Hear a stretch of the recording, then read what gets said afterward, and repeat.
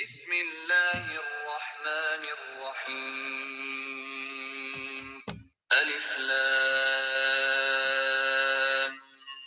ميم. ذلك الكتاب لا ريب فيه هدى للمتقين الذين يؤمنون بالغيب ويقيمون الصلاة ومما رزقناهم ينفقون والذين يؤمنون بما أنزل إليك وما أنزل من قبلك وبالآخرة هم يوقنون أولئك على هدى من ربهم وأولئك هم المفلحون إن الذين كفروا سواء عليهم أأنذرتهم أم لم تنذرهم لا يؤمنون ختم الله على قلوبهم وعلى سمعهم وعلى أبصارهم غشاوة ولهم عذاب عظيم.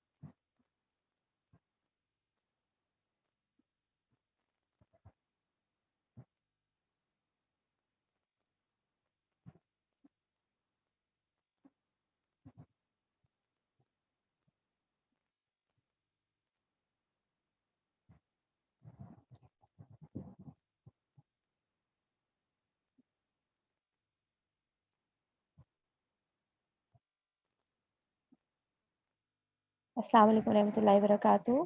پیاری بہنوں، آج سے چند دن تک انشاءاللہ مریم معین بہن ہمارے ساتھ رہیں گی اور دورہ قرآن کی یہ جو سلسلہ ہے کچھ صورتوں تک انشاءاللہ مریم بہن جو ہیں وہ اس کو لے کے چلیں گی.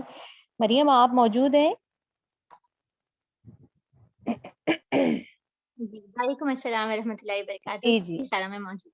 جی مریم، بس بہنوں سے ایک دفعہ پھر گزارش ہے، اپنے نام کے ساتھ آئیے، اپنا حلقہ ضرور لکھیے، اور جن بہنوں کو حلقے کا علم نہیں ہے، وہ جن کے توسط سے انہوں نے شرکت کی ہے، وہ اس بہن کا نام اپنے نام کے ساتھ لکھیں. یعنی جس کے ذریعے ان تک دعوت پہنچی اس بہن کا نام اپنے نام کے ساتھ ضرور لکھیں. مریم آپ شروع کرائیے، بسم اللہ کیجیے. جزاک اللہ خیرا کثیرا سارا. اعوذ باللہ من الشیطان الرجیم. بسم اللہ الرحمن الرحیم. رب اشرح لی صدری ویسر لی امری واحلل عقدۃ من لسانی یفقهوا قولی. رب زدنی علما. اللہم احسن عاقبتنا فی امور کلها واجرنا من خزي الدنیا وعذاب الآخرہ. اللہم ارنا الحق حقا وارزقنا اتباعه وارنا الباطل باطلا وارزقنا اجتنابه. اللہم لا سہل الا ما جعلته سہلا. عزیز اور پیاری بہنوں، اللہ تعالیٰ کا بہت شکر اور بےحد احسان ہے کہ اس نے ہمیں رمضان المبارک سے پہلے ایک موقع دیا ہے کہ جس کے ذریعے ہم قرآن مجید کو سن سمجھ پڑھ اور سیکھ سکیں، اور اس کے ذریعے اپنی زندگیوں کی اصلاح کر سکیں اور ویسا بن سکیں جیسے اللہ رب العالمین کو مطلوب ہے. اللہ تعالیٰ اس کام کو ہمارے لیے آسان بھی کریں اور قرآن مجید سے جڑنا اور اس کے طریقے کو اپنانا ہمارے لیے بہت سہل اور آسان کر دیں. آمین ثم آمین. پیاری بہنوں، کل شبنم آپا نے آپ کے سامنے سورہ فاتحہ کا ترجمہ اور اس کی تفسیر رکھی، اور اس سے یقیناً آپ نے بہت کچھ سیکھا ہوگا. اور آج انشاءاللہ تعالی ہم سورہ بقرہ کا مطالعہ کریں گے. مطالعے کے آغاز سے پہلے کچھ چیزیں میں آپ سے کہتی ہوں، اور وہ چیزیں آپ کے اور میرے ہم سب کے لیے یکساں ہیں اور ہمیں اپنے ذہن میں رکھنی ہے.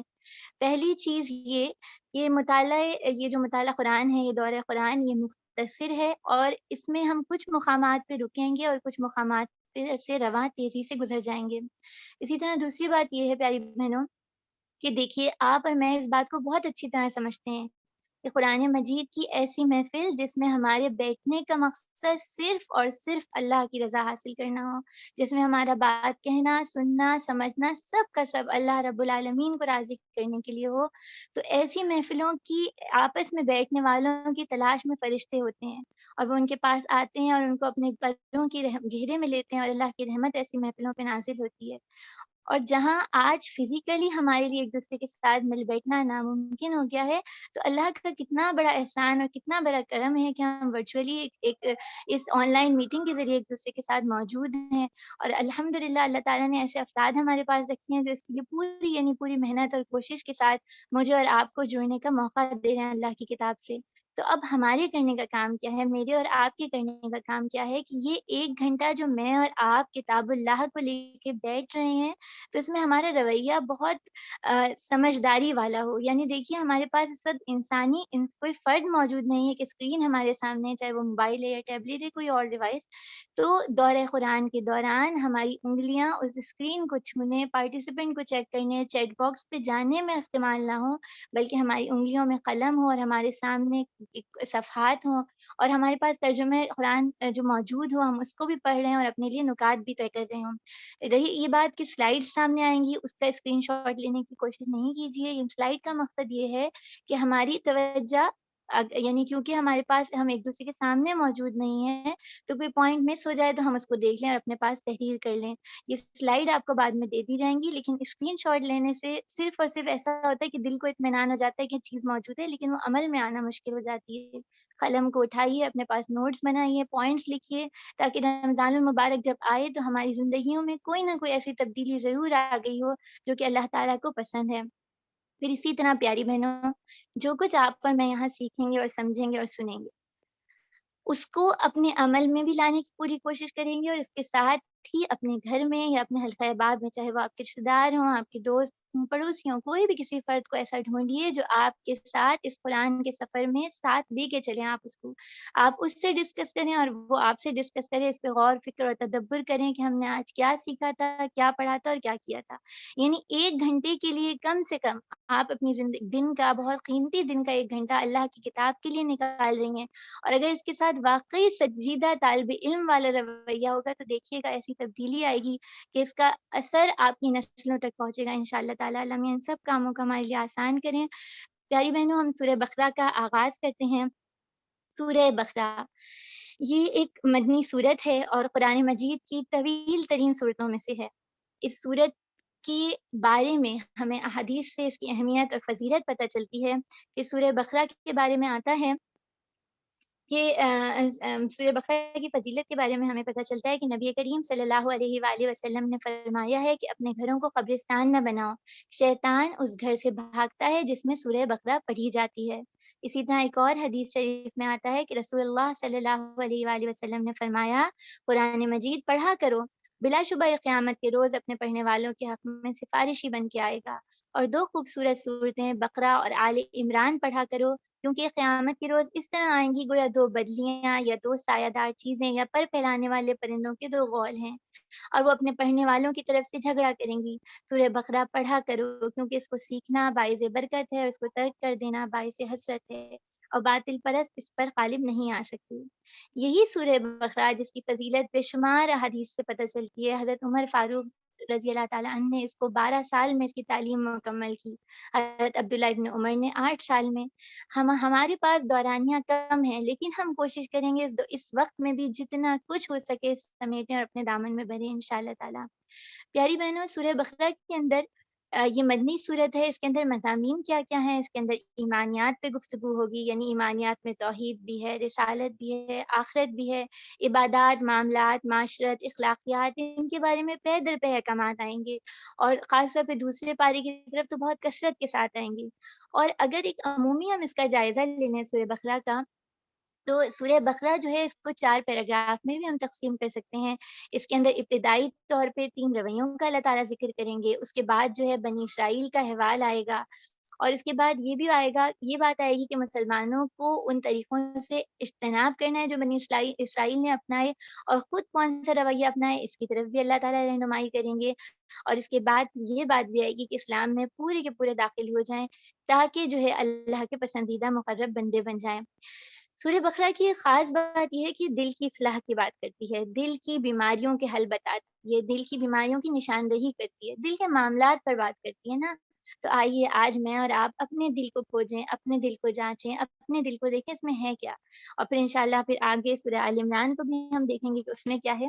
سب سے پہلے ہم سورہ بقرہ کا آغاز کرتے ہیں۔ دیکھیے بھائی بہنوں، کل جس طرح شبنم آپا نے ہمارے سامنے سورہ فاتحہ کا ترجمہ رکھا اور ہمیں یہ بات سمجھ آئی اس سے کہ سورہ فاتحہ میں در حقیقت ہم اللہ تعالیٰ سے یہ دعا کر رہے ہیں کہ اللہ تعالیٰ ہمارے اس راستے کی طرف رہنمائی کر دیں جس پہ ہدایت یافتہ لوگ چلتے ہیں۔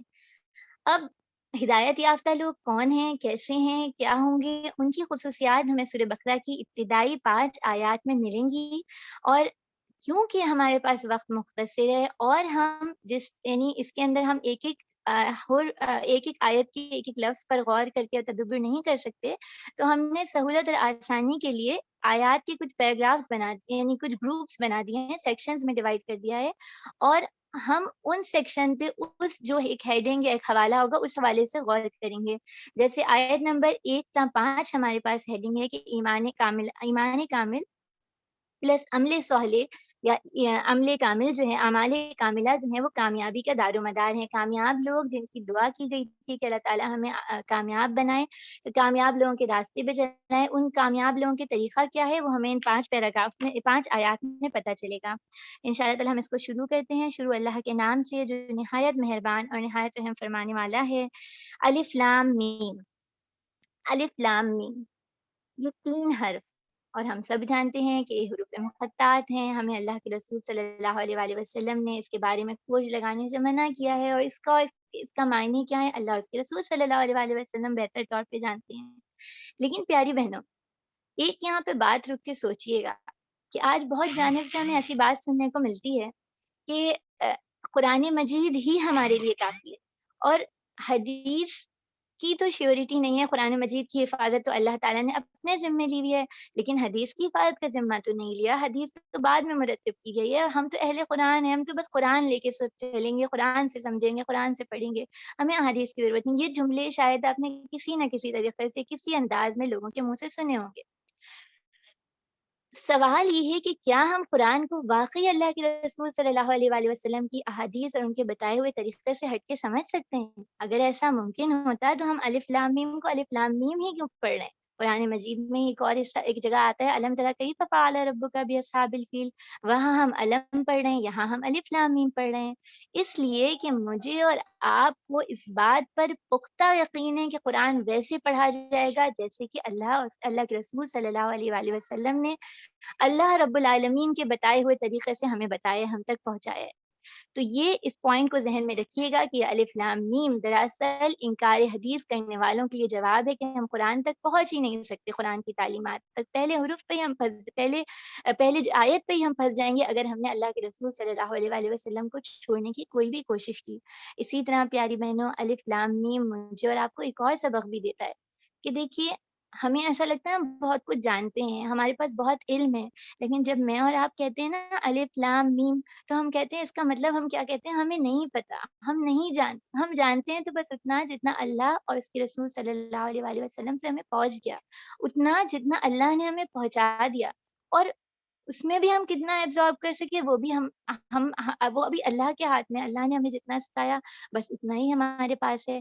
تو یہ انکساری کا رویہ قرآن مجید کے ساتھ ساتھ چلنا چاہیے، اور جتنا میں اور آپ یہ سمجھ لیں گے نا کہ ہم نہیں جانتے اتنا زیادہ، یعنی دیکھیں خالی برتن ہوتا ہے تو پھر اس کے اندر کوئی چیز ڈالی جاتی ہے، تو جتنا ہم یہ ظاہر کریں گے اور ہم یہ سمجھیں گے اور اس پہ یقین رکھیں گے کہ میرے اور آپ کے پاس علم کم ہے، تو اتنا ہی اللہ تعالیٰ ہمارے لیے علم کے راستے پہ چلنا آسان بنائیں گے۔ آگے اللہ تعالیٰ فرماتے ہیں اس کتاب میں کوئی شک نہیں، راہ بتاتی ہے ڈرنے والوں کو۔ اب یہاں پہ ڈرنے والے یا متقین کون ہیں، ان کی خصوصیات آئیں گی، اور وہ خصوصیات ہمیں غور سے سننی ہیں۔ وہ کون سی ہیں؟ یہ وہ لوگ ہیں جو یقین رکھتے ہیں غیب کی چیزوں کا، اور قائم کرتے ہیں نماز کو، اور ہم نے جو رزق دیا ہے اس میں سے خرچ کرتے ہیں۔ اچھا یہاں رک کے ہم ذرا اس پہ بھی غور کریں کہ یؤمنون بالغیب کی بات کی اللہ تعالیٰ نے. اللہ تعالیٰ نے کہا ہے کامیاب ہونے والے وہ لوگ ہیں جنہوں نے ان چیزوں پہ یقین کیا جن کو آنکھ نہیں دیکھ سکتی، یعنی جنت اور دوزخ اور روز آخرت اور فرشتے اور وہ تمام چیزیں جس کا ہمیں اللہ تعالیٰ نے بتایا کہ یقین رکھنا ہے اور ہم کرتے ہیں، لیکن ہم آنکھ سے تو نہیں دیکھتے، ہم نے کان سے تو ان کی کوئی آواز نہیں سنی، ہم نے اپنے جو ہمارے حواس خمسہ ہیں ان سے تو ان کو چیک نہیں کیا. اور یہ بات کو سمجھنا کیوں ضروری ہے؟ دیکھیے سورہ فاتحہ میں ہی ہم نے بات یہ رکھی تھی کہ ہمیں اس راستے سے بچنا ہے جس پہ اس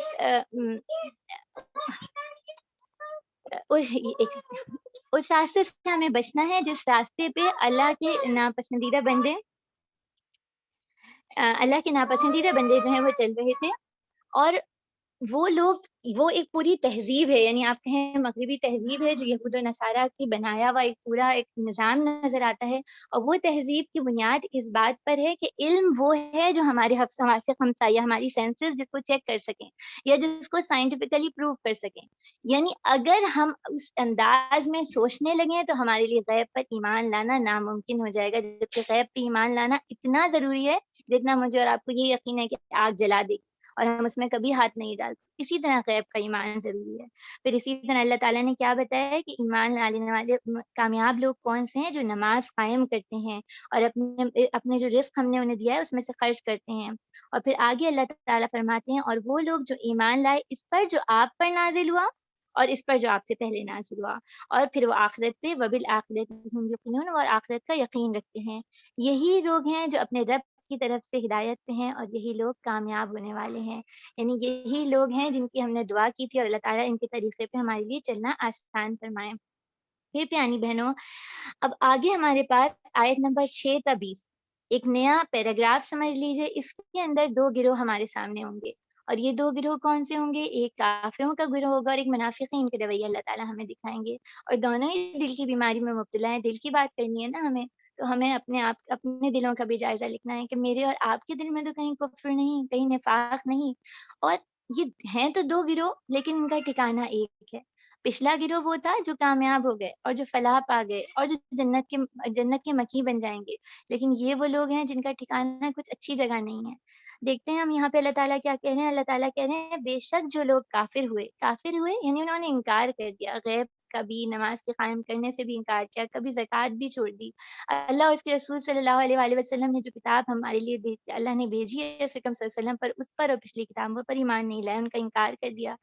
برابر ہے ان کو کہ آپ انہیں ڈرائیں یا نہ ڈرائیں، وہ ایمان نہیں لائیں گے. قدم اللہ مہر لگا دی اللہ نے ان کے دلوں پر، ان کے کانوں پر، ان کی آنکھوں پہ پردہ ہے اور ان کے لیے بہت بڑا عذاب ہے.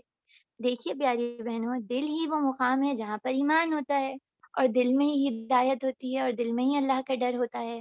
اور اگر اس دل سے یہ ساری چیزیں نکل جائیں تو وہاں پہ کفر اور انکار اور ناشکر گزاری آ جاتی ہے اور حسد اور بغض آ جاتا ہے. اور پھر اس دل کے اندر جو اس قدر گند سے بھر جائے تو اس کو تو پھر سیل کرنا پڑے گا نا. جیسے کوئی ہم کہتے ہیں ڈسٹ بن کے اوپر ڈھکن لگا دو تاکہ اس کا جو کچرا یا اس کا بری چیز ہے وہ باہر فضا میں نہ پھیلے. تو ان کے دل کے بغض، ان کے دل کے کفر کو ڈھکنے کے لیے بھی اللہ تعالیٰ نے سیل کر دیا ہے، مہر لگا دی. اب مہر لگانے کا کیا مطلب ہے؟ کہ نہ اندر کچھ جا سکتا ہے نہ باہر کچھ نکل سکتا ہے. پھر آگے دیکھتے ہیں پیاری بہنوں دوسرے گروہ کا ذکر آتا ہے. اللہ تعالیٰ فرماتے ہیں اور لوگوں میں کچھ ایسے بھی ہیں جو کہتے ہیں ہم ایمان لائے اللہ پر اور یوم آخرت پر اور ہرگز وہ مومن نہیں ہیں. دغا بازی کرتے ہیں اللہ سے اور ایمان والوں سے، اور دراصل وہ کسی کو دھوکہ نہیں دیتے مگر اپنے آپ کو، اور وہ اس کا شعور نہیں رکھتے. کیسے دھوکہ دیتے ہیں؟ دھوکہ ایسے دیتے ہیں کہ منہ سے تو کہتے ہیں ہم اللہ کی بات مانیں گے، ہم تو اللہ کی ہی بات ماننے والے ہیں، ایاک نعبد و ایاک نستعین کہتے ہیں وہ، لیکن دل میں وہ کس کی بات مانتے ہیں؟ اصل میں وہ عملی طور پہ کس کی بات مانتے ہیں؟ وہ اپنے دل کی بات مانتے ہیں، وہ شیطان کی بات مانتے ہیں، وہ ان کاموں کو کرتے ہیں جس سے رب نے منع کیا ہے. اور دھوکہ ایسے بھی دیتے ہیں کہ اللہ نے تو یہ سکھایا ہے کہ شکر گزاری کرنی ہے. اور شکر گزاری کیسی ہے؟ کہ جو نعمت اللہ نے دی ہے اسے اللہ ہی کے بتائے ہوئے طریقوں سے استعمال کرنا ہے. تو منہ سے تو وہ بہت کہتے ہیں اللہ کا شکر ہے، اللہ کا شکر ہے، سب سے بڑی نعمت تو یہ قرآن مجید ہی ہے. تو یہ بھی کہتے ہیں اللہ کا شکر ہے کہ اللہ نے ہم پہ قرآن مجید کی نعمت ہمیں نوازی، لیکن دل سے اور عملی طور پہ وہ اس کا کوئی حق نہیں ادا کرتے جیسا کہ حق ادا کرنا چاہیے. اور پھر اسی طرح دل کی بیماری تو یہ بھی ہے، اور دھوکہ بازی تو یہ بھی ہے کہ کہتے تو ہیں کہ ہمیں آخرت چاہیے، لیکن پوری کی پوری زندگی ان کی دنیا کو سنوارنے میں گزر جاتی ہے، آخرت کے لیے کوئی حصہ نہیں ہوتا ان کے پاس۔ تو اللہ تعالیٰ کیا کہہ رہے ہیں؟ اللہ تعالیٰ کہہ رہے ہیں فی قلوبہم مرض، ان کے دلوں میں بیماری ہے، اور پھر بڑھا دی اللہ نے ان کی بیماری، اور ان کے لیے دردناک عذاب ہے اس بات پہ کہ وہ جھوٹ کہتے تھے۔ دیکھیے کوئی ایسا مریض ہو نا جو کہے کہ ہاں میں بیمار ہوں، تو اس کا تو علاج آسان ہے، لیکن اگر کوئی ماننے پہ ہی نہیں تیار ہو تو اس کو کب تک زبردستی دوا دی جا سکتی ہے، کب تک اسے پکڑ پکڑ کے ڈاکٹر کے پاس لے جایا جا سکتا ہے۔ یہ بھی ایک ایسے دل کے مرض کے روگی ہیں کہ یہ اپنی اپنی بیماری کو ماننے پہ تیار نہیں، اور جب بیماری کو مانیں گے نہیں تو علاج کیسے ہوگا، اور بیماری بڑھتی ہی چلی جائے گی، اور بڑھتی ہوئی بیماری ایک ایسے عذاب علیم کا شکار ہو جائیں گے، دردناک عذاب علیم یعنی مستقل جاری اور ساری درد ان کے شروع ہو جائے، عذاب ان کے اوپر ہوگا، دردناک عذاب ہوگا۔ اور اب ان کی نشانیاں اللہ تعالیٰ بتا رہے ہیں، اور نشانیاں کیوں بتا رہے ہیں؟ دیکھیے آج وبا پھیلی ہے، پوری سمٹم کی لسٹ ہمارے پاس آ جاتی ہے، یہ ہو جائے تو یہ ہو جائے تو یہ ہو جائے، پتہ چلیے یہ سارے سمٹمس کورونا کی شیورٹی دیتے ہیں۔ تو یہاں اللہ تعالیٰ بھی بتا رہے ہیں کہ دیکھو، سنو، سمجھو اور جانچو، کہیں تم میں تو یہ کوئی سمٹم نہیں ہے۔ اللہ تعالیٰ مجھے اور آپ کو کیا کہہ رہے ہیں؟ جان لو کہ وہی ہیں خرابی کرنے والے، لیکن وہ اس کا شعور نہیں رکھتے۔ اور کیسے لوگ ہیں؟ یعنی نہیں، پہلے یہ والی آیت ہے، اور جب کہا جاتا ہے ان سے کہ فساد نہ کرو زمین میں، تو کہتے ہیں ہم تو اصلاح کرنے والے، یعنی پہلی نشانی ہے فسادی ہیں، فساد پرور لوگ ہیں یہ۔ اور پھر جان لو یہ کہ یہ خرابی کرنے والے ہیں، یہ جس کا شعور نہیں رکھتے۔ اور جب ان سے کہا جاتا ہے ایمان لاؤ، جس طرح کے ایمان لائے لوگ، تو کہتے ہیں کہ ہم ایمان لائے جس طرح بیوقوف ایمان لائے، جان لو کہ یہی بیوقوف ہیں، لیکن یہ نہیں جانتے۔ یعنی کن کی طرح ایمان لانے کو کہا جاتا ہے؟ مجھ سے اور آپ سے بھی تو کہا جاتا ہے نا۔ وہ کون لوگ ہیں؟ حضرت ابوبکر صدیق رضی اللہ تعالیٰ عنہ اپنے گھر کا پورا سامان لیے چلے آ رہے ہیں جب اللہ کے دین کو ضرورت پڑتی ہے۔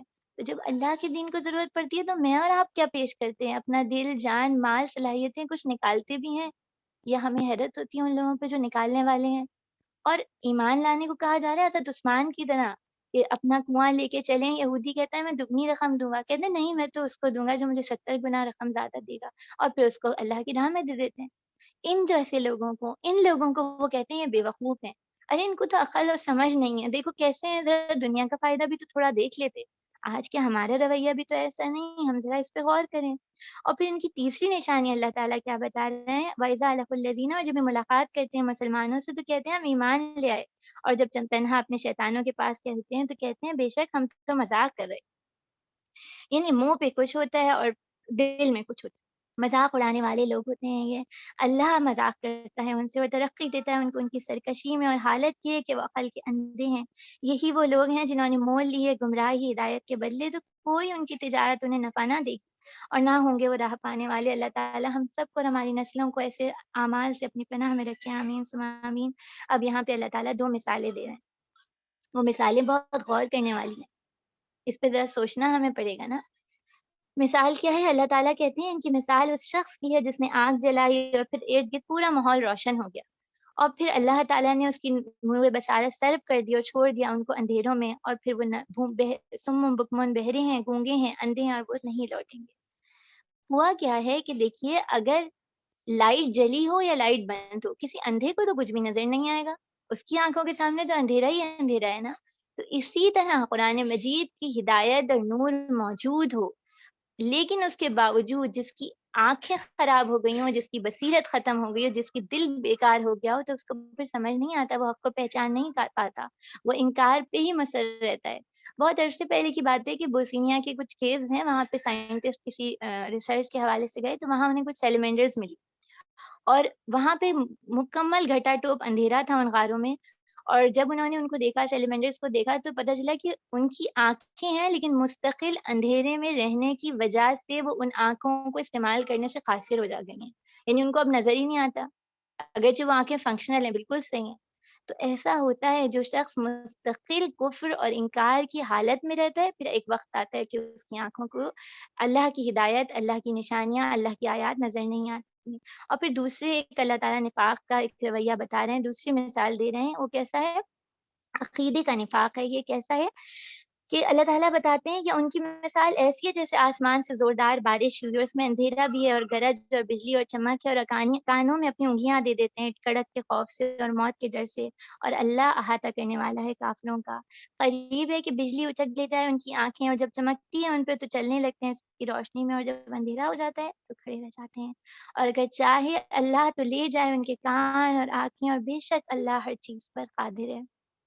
پیاری بہنوں، یہاں اللہ تعالیٰ ایک ایسے رویے کا ایک ایسے رویے کی مثال دے رہے ہیں کہ وہ دین جب تک آسان ہے نا، اس وقت تو دین کو لے کے چلتے ہیں، یعنی دین جب تک ان کاموں تک رہے جو مجھے پسند ہے، مجھے ذکر کرنا پسند ہے میں لے لوں گی، مجھے نفل عبادت کرنا پسند ہے میں لے لوں گی، لیکن جہاں دین میری معاشرت پہ ضرب لگائے، جہاں دین میرے رسم و رواج پہ ضرب لگائے، وہاں میں کہوں گی نہیں، اتنا مشکل دین مجھ سے نہیں ہوتا، میٹھا میٹھا میں لے لوں گی اور مشکل پہ میں رک جاؤں گی۔ یہ بھی کہ جب تک سہولتیں، ہر چیز آرگنائز ہے، زندگی بہت سہل ہے، تو میں دین والوں کے ساتھ چلوں گی، میں اللہ کی کتاب کو سیکھنے کی بھی کوشش کروں گی، لیکن جہاں زندگی میں کوئی مشکل آئی اور پریشانی آئی اور مسائل کا شکار ہوئی، تو پھر دین کو تھوڑی دیر کے لیے رکھ دیا۔ تو اللہ کو ایسا عمل مطلوب نہیں ہے، اللہ کو ایسے بندے نہیں مطلوب، اللہ تو کہتے ہیں میں ان کی سماعت اور بصارت کو چھین سکتا ہوں کیونکہ اللہ تعالیٰ ہر چیز پر قادر ہے۔ پھر پیاری بہنوں، اس کے بعد ہمارے پاس ایک نیا گروپ شروع ہوتا ہے آیات کا، جو آیت نمبر 21 تا 25 ہے، اور اس میں قرآن مجید کی بنیادی دعوت ہمارے سامنے آتی ہے، اور وہ دعوت آتی ہے جو اللہ تعالیٰ نے تمام انسانوں کو پکار کے ان کے لیے دی ہے، اور وہ دعوت کیا ہے؟ اللہ کے بندے بن جاؤ، اے لوگوں بندگی کرو اپنے رب کی جس نے پیدا کیا ہے تم کو اور ان کو جو تم سے پہلے تھے، تاکہ تم تقوی اختیار کرو۔ مجھے اور آپ کو اللہ تعالیٰ اپنا بندہ بننے کے لیے پکارنا ہے، ہم سب کو، اس میں مومن بھی شامل ہے، اس میں متقین، اس میں کافر اور منافق بھی شامل ہے۔ اللہ تعالیٰ کا کتنا کہنا چاہیے، اللہ تعالیٰ کا ظرف کتنا بلند ہے، اور اللہ تعالیٰ کتنے زیادہ رحمان اور رحیم ہے، یہ سب جانتے پوچھتے اور ہم سب کے دلوں کا احوال کو جانتے ہوئے بھی بار بار پکارتے ہیں اور کتاب اللہ سے جوڑنے کی دعوت دیتے ہیں۔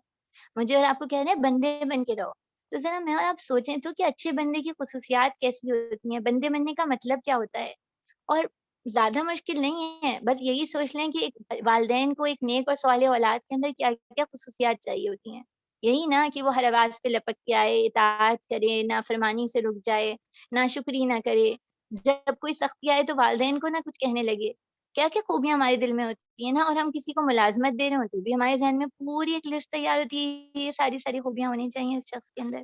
تو ذرا اپنے بارے میں تو سوچیں کہ مجھ میں اور آپ میں بحیثیت اللہ کے بندے کی کیا کیا خوبیاں ہونی چاہیے، یہ لسٹ ہمیں بنانی ہوگی۔ پھر اللہ تعالیٰ کیا کہنا ہے، جس نے بنایا تمہاری زمین کو بچھونا اور آسمان کو چھت، اور اتارا آسمان سے پانی، پھر اس سے نکالے میوے تمہارے کھانے کے واسطے، سو نہ ٹھہراؤ کسی کو اللہ کے مقابل، اور تم تو جانتے ہو اللہ تعالیٰ کے لیے تو کوئی مشکل نہیں تھا مجھے اور آپ کو چاند پہ پیدا کر دیتے ہیں، مریخ اور زہرا اور کتنے ہی سیارے موجود ہیں، کتنے ہی پلانٹس ہیں، پوری گیلیکسی موجود ہے، لیکن اس پورے نظام شمسی میں جو سب سے معتدل سیارہ تھا، جو سب سے بہترین جگہ تھی، اللہ تعالیٰ نے وہیں مجھے اور آپ کو پیدا کیا۔ اللہ کے لیے تو کوئی مشکل نہیں تھا، ایسی زمین میں پیدا کر دیتے اور کہتے تھے چلو اب اپنے وسائل پیدا کرو، کچھ آراستہ کرو، کچھ کرو۔ زمین میں تو جو بھی خرابی آ رہی ہے وہ میرے اور آپ کے اپنے اعمال ہیں۔ زمین کی اب کہتے ہیں گلوبل وارمنگ کی بات ہوتی ہے، وہ بھی انسانوں کا اپنا کیا در ہے۔ اللہ تعالیٰ نے تو بہترین ساخت میں زمین کو پیدا کیا تھا اور آسمان کو چھت بنائے تھے، ہر طرح سے انتظام کیا تھا، اور پھر پانی جو میرے اور آپ کے جسم کے ہر جز میں ہر جگہ موجود ہے، اس پانی کی آمد و رفت کا سلسلہ جاری رکھا، یہ اللہ کا بہت احسان ہے، بہت بڑا کرم ہے، اور ہم اس پانی کی کتنی قدر کرتے ہیں اور کتنا خیال رکھتے ہیں۔ اور پھر یہاں پہ پیاری بہنوں آگے چلتے ہیں، اللہ تعالیٰ کہہ رہے ہیں اپنے احسانات گنوا کے بتا رہے ہیں کہ دیکھو یہ ساری چیزیں ہیں، تو اب جب میں نے تمہارے لیے سب تیار کیا تو تم بھی تو میرے بندے بنو نا، میری بات مانو، میں تم سے جب تمہارے آرام کے لیے ہر چیز کا پہلے سے انتظام کر رکھا ہے، تو کیا میں تمہیں کسی غلط راستے کی طرف رہنمائی دوں گا؟ ایسا تو کر ہی نہیں سکتے اللہ رب العالمین۔ پھر آگے، اور اگر تم شک میں ہو اس کلام پہ جو اتارا ہم نے اپنے بندے پہ، تو لے آؤ ایک صورت جیسی اور بلاؤ اس کو جو تمہارا مددگار ہو، اللہ کے سوا اگر تم سچے ہو۔ یہ قیامت تک کے لیے چیلنج ہے، اس جیسی کوئی صورت ایک آیت ہی بنا لائے لیکن آج تک کوئی نہیں کامیاب ہو سکا۔ پھر اگر ایسا نہ کر سکو اور ہرگز نہ کر سکو گے تو بچو اس آگ سے جس کا ایندھن آدمی اور پتھر ہے اور تیار کی ہوئی ہے کافروں کے واسطے۔ پھر پیاری بہنوں اب جو ہے اس کے اندر آیت نمبر اچھا، اور خوشخبری دیں ان لوگوں کو جو ایمان لائے اور اچھے کام کیے، ان کے واسطے باغات ہیں جن میں بہتی ہیں ان کے نیچے نہریں، اور جب ان کو ملے گا وہاں کوئی پھل کھانے کو تو یہ کہیں گے یہ تو وہی تھا جو ہمیں دنیا میں دیا جاتا تھا۔ اور وہ اس سے مشابہ دوسرے وہ لیکن وہ اس سے مشابہ ہوں گے، اور ان کے لیے وہاں عورتیں ہوں گی پاکیزہ، اور وہ اس میں ہمیشہ رہیں گے۔ پیاری بہنوں، جنت کا تصور بہت ضروری ہے۔ جتنا زیادہ مجھے اور آپ کو جنت پہ یقین ہوگا نا، دنیا کی مشکل کو برداشت کرنا اور دنیا میں کاموں کو اللہ کی اطاعت ہمارے لیے آسان ہو جائے گی۔ اور یہاں پہ اللہ تعالیٰ جب کہیں جنت کی بات آتی ہے تو وہ ایک بات غور کیجیے گا، انعامات میں پھل ضرور ہوتے ہیں۔ پھل ابھی اللہ تعالیٰ نے یہ بھی بتایا کہ جب زمین کو ہمارے رہنے کے لیے بنایا ہے تو بھی وہاں پہ پھل ضرور رکھے، یعنی پھل ایک بہترین غذا ہے، تو ہمیں اپنے غذا میں پھلوں کو شامل رکھنا چاہیے۔ پھر اس کے بعد ہم آیت نمبر 26 to 29 ہمارے پاس ایک گروپ آئے گا، اور اس میں اللہ تعالیٰ فاسقین کے بارے میں ہماری رہنمائی کریں گے۔ اللہ تعالیٰ فرماتے ہیں، بے شک اللہ نہیں شرماتا اس بات سے کہ بیان کرے کوئی مثال مچھر کی یا کسی ایسی چیز کی جو اس سے بھڑکے۔ اس کو جو لوگ مومن ہیں وہ یقیناً جانتے ہیں کہ مثال ٹھیک ہے جو نازل ہوئی ان کے رب کی طرف سے، اور جو کافر ہیں سو کہتے ہیں کیا مطلب ہے اللہ کا اس مثال سے، گمراہ کرتے ہیں اللہ اس مثال سے بہتوں کو، اور ہدایت کرتے ہیں بہتوں کو، اور گمراہ نہیں کرتے ہیں مگر ان کو جو کہ فاسق ہوں۔ پیاری بہنوں، مچھر کی مثال کیا چھوٹی سی مثال ہے۔ ایک ذرا سا منا سا باریک سا مچھر پورے گھر میں آ جائے تو انسانوں کو بےقل اور بے چین کر دیتا ہے، اور حال اس کا یہ ہے، اس کی چوکسی اور اس کی تیزی اور تراری، آپ پورا اندھیرا کر دیں، ساری لائٹیں بجھا دیں، لیکن اس کو خبر ہو جائے گی، اور وہ سونگتا ہوا، یعنی کہتے ہیں وہ کاربن ڈائی آکسائڈ کے ذریعے وہ جو ہے پہنچتا ہے اپنے جس کا خون چوسنا ہو، وہ سونگتا سانگتا پہنچ جاتا ہے، اور اپنی جو اس کی چھوٹا سا اس کا وہ ڈنک ہے، جو بھی چیز کہیں گے اس کے ذریعے وہ خون کو چوس بھی لیتا ہے۔ اور یہ ذرا سا مچھر جس کا کہتے ہیں خشخش سے بھی چھوٹا اس کا دماغ ہوتا ہے، اس کے دماغ کے اندر نیورونز ہی کتنے ہیں آج ہمیں سائنس بتاتی ہے، لیکن اللہ رب العالمین نے ہمیں بہت پہلے بتائی ہے یہ بات، یہ چھوٹی مثال نہیں ہے۔ اس مچھر کے ہی اوپر غور کر لو تو حیران ہو جاؤ گے، اس مچھر کا معاملہ کیا ہے۔ ہم کیا سوچتے ہیں کہ چھوٹا سا مچھر کیا کچھ کر سکتا ہے، دنیا میں سب سے زیادہ اموات جو ہوتی ہیں وہ مچھر کے پھیلائے ہوئے امراض اور مچھر کے ذریعے ہوتی ہیں۔ تو یہ چھوٹا سا مچھر نا دنیا کے چین امن کو خراب کرنے کے لیے بہت کارنامے دکھاتا ہے۔ اب یہاں اللہ نے مثال دی ہے مچھر کے ساتھ فاسق، اور فاسق بھلا کون ہے؟ فاسق کچھ ایسے لوگ ہیں جو اللہ کے بتائے ہوئے احکام کو کھلم کھلا ان کی خلاف ورزی کرتے ہیں، بے شرمی اور ڈھٹائی کے ساتھ اور ہٹ دھرمی کے ساتھ، اللہ کی بنائی ہوئی حدود کو توڑ کے نکل جاتے ہیں۔ آپ نے بھی وہ تصاویر دیکھی ہوں گی، وہ خبریں دیکھی ہوں گی کہ نماز کی ادائیگی ہو رہی ہے، ایک مرد کھڑا ہے برابر میں عورت، 10 عورتیں اور 4 مرد کھڑے ہوئے ہیں، اور امامت خاتون کر رہی ہیں۔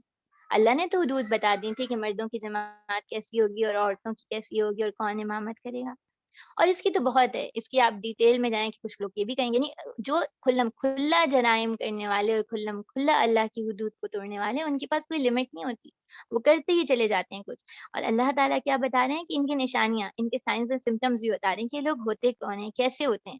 وہ کیا ہیں کہ جو توڑتے ہیں اللہ کے معاہدے کو، اللہ سے جو عہد کیا ہے، اللہ سے جو بات وعدہ کیا تھا اس کو توڑتے ہیں۔ کون سا عہد کیا ہے؟ میں اور آپ وعدہ کر کے آئے تھے نا اس دنیا میں، الستو بربکم، کیا میں تمہارا رب ہوں؟ اللہ نے ہم سب سے پوچھا تھا اور ہم نے کہا تھا قالوا بلا، جی اللہ آپ ہی تو ہمارے رب ہیں نا، آپ ہی نے تو ہمیں پیدا کیا ہے۔ یہ عہد میں نے اور آپ نے کیا ہے، وہ ہماری روح میں موجود ہے، ہمارے ضمیر کی صورت میں زندہ ہے۔ یہ وہ لوگ ہیں جو اس ضمیر کو سلا دیتے ہیں، اس کو بجھا دیتے ہیں، اللہ سے کیے ہوئے عہد کو توڑ دیتے ہیں، اور پھر کیا ہے وَيَخْتَوْنَ مَا أَمْرَ اللَّهِ، اور وہ کاٹتے ہیں جس کا اللہ تعالیٰ نے جوڑنے کو حکم دیا۔ پہلا رشتہ تو وہ اپنے رب سے ہی توڑ لیتے ہیں جس نے ان کو بھیجا اور ساری نعمتیں دی اور صلاحیتیں دی اور آسانیاں دی اور دنیا دی، وہ اس رب سے ہی اس کی فرمانبرداری کا رشتہ توڑتے ہیں، اور پھر رب کے بنائے ہوئے سارے رشتوں سے ان کا معاملہ بہت برا ہوتا ہے، اور پھر زمین میں فساد پھیلاتے رہتے ہیں، بالکل اس چھوٹے سے باریک سے مچھر کی طرح جو کہ گھروں میں داخل ہوتا ہے تو کاٹ کاٹ کے بے چین اور بےکل کر دیتا ہے نا، یہ بھی ایسے ہی ہیں، خوشبو کو سونگتے ہوئے جہاں کچھ ان کو نظر آئے وہاں پہ پہنچ جاتے ہیں اور وہاں پہ اپنی برائی جو ہے وہ پھیلاتے ہیں۔ پھر اس کے بعد اللہ تعالیٰ نے کیا فرمایا ہے، یہاں پہ ہمارے پاس ایک اور ایک بہت ہی ایک وہ واقعہ ہمارے سامنے آتا ہے جو قرآن مجید میں اور بھی کئی مقامات سے آئے گا، تقریباً 7 کے قریب مقامات ہیں جہاں پہ حضرت آدم علیہ السلام کا قصہ ہمارے سامنے آتا ہے، اس میں سے بیشتر جو ہے وہ مکی ہیں۔ سورہ بقرہ جو ہے مدنی سورہ ہے جس کے اندر یہ قصہ آئے گا۔ یہ قصہ ہے کیا، اللہ تعالیٰ کہتے ہیں اور جب کہا تیرے رب نے فرشتوں کی کہ میں بنانے والا ہوں زمین میں ایک نائب یعنی خلیفہ، دیکھیے یہاں پہ اللہ تعالیٰ نے پہلے ہی اناؤنس کر دیا تھا کہ زمین پہ خلیفہ کو بھیجنے والے ہیں. زمین جو ہے وہ انسان کے لیے بنائی گئی ہے. یعنی بعض دفعہ ایسا ہوتا ہے نا، ہم یہ سمجھتے ہیں کہ اگر شیطان، یعنی یہ شیطان نے بہکایا اور سزا کے طور پہ جو ہے ہم زمین پہ آئے ہیں، اور یہ بات بھی کسی طرح کہی جا سکتی ہے، لیکن در حقیقت اللہ تعالیٰ نے تو بنایا ہی انسان کو اپنا نائب تھا، زمین پہ نگران تھا. اور نائب اور نگران کا مطلب کیا ہے کہ اللہ کی زمین پر جا کے اللہ کے بندوں کو اللہ کے دین کی دعوت دینا، نیکی کا حکم دینا، برائی سے روکنا. اور کیسے؟ پہلے اپنی ذات پر بھی عمل کر کے اور پھر ہر طرف اس کام کو پھیلانا. تو اللہ تعالیٰ یہ کہہ رہے ہیں کہ میں تو زمین پہ خلیفہ بنانے والا ہوں. فرشتوں نے کہا کیا آپ زمین پہ ایک ایسے کو بھیجیں گے جو کہ فساد کرے گا، اس میں خون بہائے گا؟ اور ہم پڑھتے ہیں آپ کی خوبیاں بیان کرتے ہیں اور آپ کی پاکیزگی بیان کرتے ہیں. فرمایا بے شک تم کو مجھ کو معلوم ہے جو تم نہیں جانتے. اللہ تعالیٰ نے یہ نہیں کہا کہ انسان خود نہیں بنائے گا، اللہ تعالیٰ نے یہ بھی نہیں کہا کہ وہ فساد نہیں کرے گا، بلکہ یہ کہا کہ تم وہ نہیں جانتے جو میں جانتا ہوں. یعنی آدم کچھ اور کام بھی کرے گا، آدم کو کسی اور مقصد کے لیے بنائیں گے، اور وہ مقصد ہم سب کو آہستہ آہستہ قرآن مجید کے ذریعے پتہ چلے گا. اور اس کے بعد اللہ تعالیٰ فرماتے ہیں اور سکھا دیا اللہ نے آدم کو نام سب چیزوں کے، اور پھر سامنے کیا ان سب چیزوں کو فرشتے کے، اور فرمایا مجھے بتاؤ ان کے نام، اور اگر تم سچے ہو. یہاں جو چیز مجھے اور آپ کو سمجھنی ہے نا، حضرت آدم علیہ السلام کے ساتھ جو پہلی چیز، پہلا معاملہ کیا اللہ تعالیٰ نے، ان کو علم سکھایا ہے. یعنی میرے اور آپ کی فضیلت کی ایک وجہ علم ہے. اور وہ علم کون سا علم ہے؟ وہ علم جو ہمیں رب کو پہچاننے والا بنا دے، وہ علم جو ہمیں رب سے جڑنے والا بنا دے، وہ علم جو ہمیں اچھا انسان بنا دے. اس علم کی ہمیں ضرورت ہے، اور وہ علم ہمیشہ انسانوں کے لیے لازمی رہے گا. پھر اللہ تعالیٰ نے وہ نام سکھانے کے بعد فرشتوں سے پوچھا کہ تم بھلا ان چیزوں کے نام بتاؤ. فرشتوں نے کہا قالو، انہوں نے کہا سبحانک لا علم لنا الا ما علمتنا. اس چیز کو مجھے اور آپ کو سیکھ لینا ہے اور سمجھ لینا ہے اور بٹھا لینا ہے کہ لا علم لنا، ہمارے پاس علم نہیں ہے مگر صرف وہ علم جو اللہ نے مجھے اور آپ کو سکھایا ہے. اپنی عاجزی اور انکساری. یہ دیکھیے جنت جو ہے نا اس وقت ایک امتحان گاہ بنی ہوئی ہے. جنت میں اس وقت 3 مخلوقات ہیں جن کا ٹیسٹ ہو رہا ہے، جن کا امتحان لیا جا رہا ہے. ایک فرشتے ہیں بہت برگزیدہ، بہت عبادت گزار، اور کتنے آرام سے اللہ کے آگے اپنی انکساری اور عاجزی کا اظہار کرتے ہیں نا کہ اللہ ہم تو نہیں جانتے مگر صرف اتنا جتنا کہ آپ نے سکھایا ہے. تو مجھے اور آپ کو بھی عاجزی اور انکساری سیکھنی ہے. اور پھر اس کے بعد قال یا آدم، اور پھر اللہ تعالیٰ نے حضرت آدم سے کہا بتائیے فرشتوں کو ان چیزوں کے نام. اور جب حضرت آدم نے بتا دیے ان کے نام تو کہا میں نے کہا تھا نا تم سے میں خوب جانتا ہوں چھپی ہوئی چیزیں آسمانوں کی اور زمین کی، اور میں جانتا ہوں جو کچھ تم ظاہر کرتے ہو اور جو کچھ تم چھپاتے ہو. تو فرشتوں کا امتحان ہوا اور حضرت آدم کا بھی امتحان ہوا. حضرت آدم کا امتحان ان کے علم کا تھا اور وہ اس میں کامیاب ہو گئے. علم کی جو ان کو سکھایا گیا تھا وہ انہوں نے بتا دیا. اب آگے کیا ہوا؟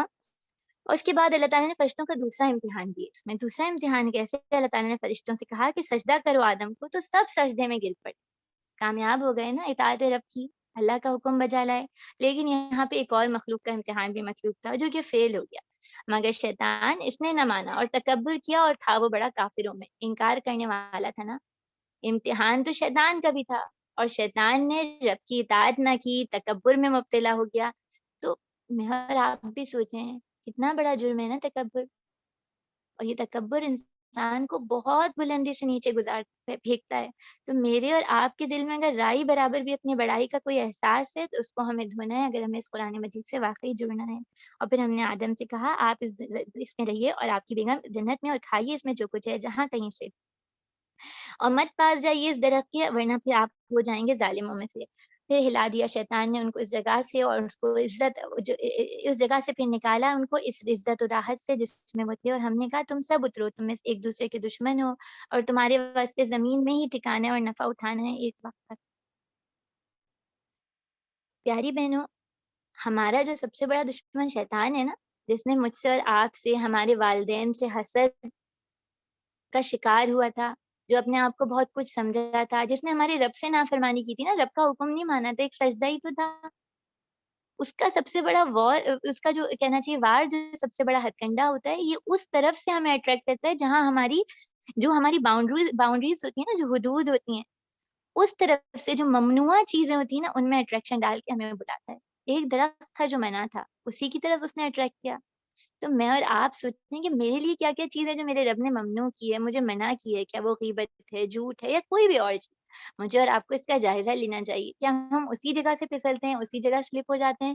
شیطان کا تو کام ہی یہی ہے. اب کیا ہوا کہ حضرت آدم علیہ السلام جو ہیں وہ اس امتحان میں بظاہر یہ لگتا ہے کہ وہ کامیاب ہوئے تو کیسے ہوئے, لیکن ہوا یہ کہ حضرت آدم علیہ السلام کا رویہ قرآن مجید ہمیں بتاتا ہے کہ پھر سیکھ لیا آدم نے اپنے رب سے چند باتیں, پھر متوجہ ہو گئے اللہ ان پر, اور بے شک وہی تو ہے توبہ قبول کرنے والے اور بہت مہربان. ہم نے حکم دیا نیچے جاؤ یہاں سے تم سب, پھر اگر تمہیں پہنچے میری طرف سے کوئی ہدایت تو جو چلا میری ہدایت پہ, نہ خوف ان کا ان پر نہ وہ غمگین ہوں گے. اس میں دو باتیں ہیں. پہلی بات یہ ہے کہ آدم علیہ السلام سے غلطی تو ہوئی, لیکن اس غلطی پہ انہوں نے توبہ کی, اپنی اصلاح کی خواہش کی اور اللہ سے رجوع کیا, اللہ تعالیٰ نے انہیں معاف کر دیا. یہ وہ رویہ ہے جو اللہ تعالیٰ کو مجھ سے اور آپ سے مطلوب ہے. ہم ہدایت پانے والے بننا چاہتے ہیں, ہدایت یافتہ لوگوں جیسے بننا چاہتے ہیں, تو پھر ہمیں کیا کرنا ہے, جہاں غلطی ہوئی وہاں دوبارہ اللہ سے رجوع کرنا ہے, ندامت رکھنی ہے, اپنی اصلاح کی کوشش کرنی ہے, اور جو غلطی ہوگی اس کا کفارہ ادا کرنا ہے. جب تک ہم یہ رویہ اختیار رکھیں گے اللہ سے جڑے رہیں گے, اللہ تعالیٰ ہم سے راضی رہیں گے. اور دوسری چیز دیکھیے یہاں پہ کیا آ رہی ہے, یہاں اللہ تعالیٰ نے کہا ہے فلا خوف علیہم ولا هم یحزنون. قرآن مجید میں کئی مقامات پہ یہ چیز آئے گی کہ نہ ان کے لیے خوف ہے اور نہ غم ہے. آج اس وقت ہمارے ماحول میں آس پاس ایک خوف اور غم کی فضا تاری ہے نا. خوف زیادہ کہیے, خوف مستقبل کا ہوتا ہے نا, فی الحال تو خوف کا غم زیادہ ہے, آگے کیا ہوگا, کب یہ وبا ٹلے گی, مستقبل میں بہت ساری چیزیں, بہت سے اندیشے ہوتے ہیں. قرآن مجید میں اللہ تعالیٰ بار بار کچھ لوگوں کا ذکر کرتے ہیں جن کے لیے نہ خوف ہے نہ غم ہے, نہ مستقبل کا خوف ہے, نہ ماضی اور حال پہ کوئی دکھ ہے. لیکن وہ لوگ ہیں کہاں؟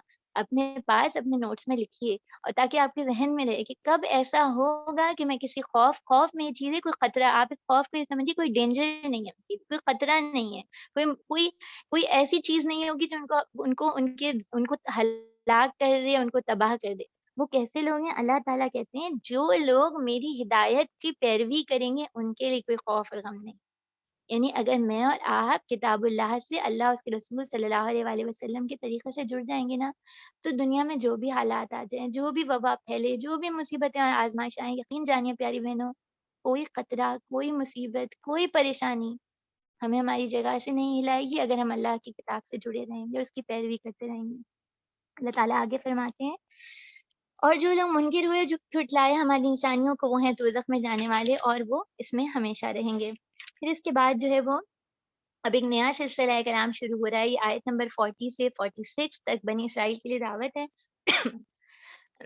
معذول بنی اسرائیل. اور اس میں کیا بات ہے پیاری بہنوں کہ دیکھیے, جس طرح کا شبنم آپا نے بھی ذکر کیا تھا, اور ہم نے دیکھا کہ سورہ فاتحہ کے اندر جو ہے دو گروہ ایسے ہیں جو کہ راہ سے بھٹکے ہوئے ہیں, اللہ کے پسندیدہ نہیں ہیں, معتوب لوگ ہیں.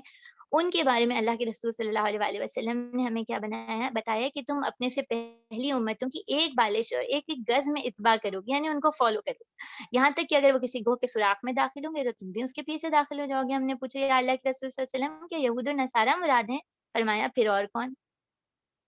تو یہاں پر سورہ بقرہ میں اللہ تعالیٰ ہمارے سامنے تاریخ کے پورے ادوار رکھتے ہیں, بنی اسرائیل کی ہسٹری رکھتے ہیں, بنی اسرائیل کے پورے معاملات ہمارے سامنے رکھتے ہیں. کیوں؟ تاکہ میں اور آپ چیک کریں ہم بھی وہی کچھ تو نہیں کر رہے, ہم بھی وہی غلطیاں تو نہیں دہرانے جا رہے, ہم بھی وہی اعمال کا شکار تو نہیں ہے, اپنی اصلاح کے لیے. اور دوسری بات یہ کہ دیکھیے جب کسی کو ملازمت سے ہم بھی نکالتے ہیں تو ہم بتا دیتے ہیں نا, دیکھو تمہیں یہ ڈیوٹی ہینڈ اوور کی گئی تھی اور تم نے اس میں سے کسی پہ بھی عمل نہیں کیا, تمہاری یہ غلطی. کوئی عدالت بھی فیصلہ سناتی ہے تو فرد جرم بتاتی ہے نا. تو بالکل اسی طرح اللہ تعالیٰ یہاں پہ بنی اسرائیل کے تمام جرائم کی لسٹ ان کے سامنے پیش کر رہے ہیں کہ اب معذولی امت کا وقت آیا ہے. جو ڈیوٹی تمہیں دی گئی تھی, ڈیوٹی کیا تھی کہ اللہ کی زمین پہ اللہ کے خلیفہ بن کے رہو, اللہ کے بندے بن کے رہو, اللہ کے بندوں کو اللہ کے دین سے جوڑنے والے بندے رہو. تم نے یہ کام نہیں کیا, اب یہ ڈیوٹی کسی اور کو دی جانے والی ہے. تو اس سے پہلے جو پورے کے پورے تمہارا ذکر ہے, تمہیں یاد دہانی کرائی جا رہی ہے. اور پیاری بہنوں یہاں اللہ تعالیٰ کیا فرما رہے ہیں, اے بنی اسرائیل یاد کرو میرے وہ احسان جو میں نے تم پر کیے تھے, اور تم پورا کرو میرا اقرار تو میں پورا کروں تمہارا اقرار, مجھے سے ڈرو.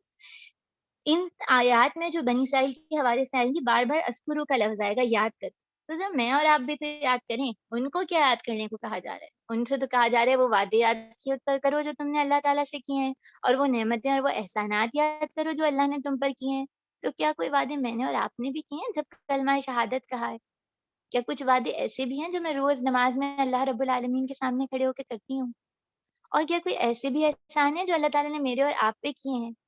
اور پھر کوئی ذمہ داری تھی جو اللہ تعالیٰ نے ان کو دی تھی، کچھ ڈیوٹیز تھیں، تو کیا کوئی ڈیوٹی، کوئی ذمہ داری اللہ کے رسول صلی اللہ علیہ وآلہ وسلم نے، اللہ تعالیٰ نے ہمیں بتائی ہے؟ کوئی کام ہے؟ کیا ہمیں بتایا ہے کہ تم پہنچاؤ مجھ سے تم پہنچاؤ مجھ سے، خواہ وہ ایک آیت ہی ہو، کہ ہم تک یہ بات پہنچی ہے؟ اللہ کے دین کو پہنچانا، چاہے میرے گھر میں موجود افراد ہوں، چاہے میرے اپنے ہی اپنی ذات پر عمل ہو، یا کچھ اور میرا دائرہ کار وسیع ہو، کیا ایسا کچھ ہے؟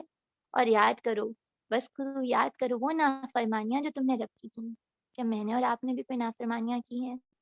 اور وہ آزمائشیں، وہ ٹیسٹ، آزمائش ترقی کا ٹیسٹ ہوتا ہے نا، جو ٹیسٹ ہمارے اوپر آئے اور ہم پتہ نہیں ہم ان میں کامیاب ہوئے ہیں ناکام ہوئے، ذرا ہم بھی ساتھ ساتھ یاد کرتے جائیں۔ اللہ تعالیٰ کہہ رہے ہیں اللہ تعالیٰ کہہ رہے ہیں، اور اے بنی اسرائیل یاد کرو میرے وہ احسان جو میں نے تم پہ کیا، اور پورا کرو میرا اقرار تو میں پورا کروں گا تمہارا اقرار، اور مجھ سے ہی ڈرو۔ بنی اسرائیل سے اللہ نے وعدہ لیا تھا، کیا وعدہ لیا تھا؟ کہ جب نبی اکرم صلی اللہ علیہ وآلہ وسلم آئیں گے تو یہ ان کو مانیں گے بھی، اور ان کی مدد کریں گے، ان کے ساتھ مل کے چلیں گے، ان کی اتباع کریں گے۔ اللہ تعالیٰ وہ وعدہ ان کو یاد دکھا رہے ہیں، اور مان لو اس کتاب کو جو میں نے اتاری ہے، سچ بنانے والی اس کتاب کو جو تمہارے پاس ہے، اور مت ہو سب سے پہلے کافر اس کی، اور نہ میری آیات کو مول بیچو، اور مجھ سے ہی بچتے رہو، تھوڑی قیمت کے عوض میری آیات کو بیچو اور مجھ سے بچتے رہو، اور مت ملاؤ صحیح میں غلط، اور مت چھپاؤ سچ کو جان بوجھ کر۔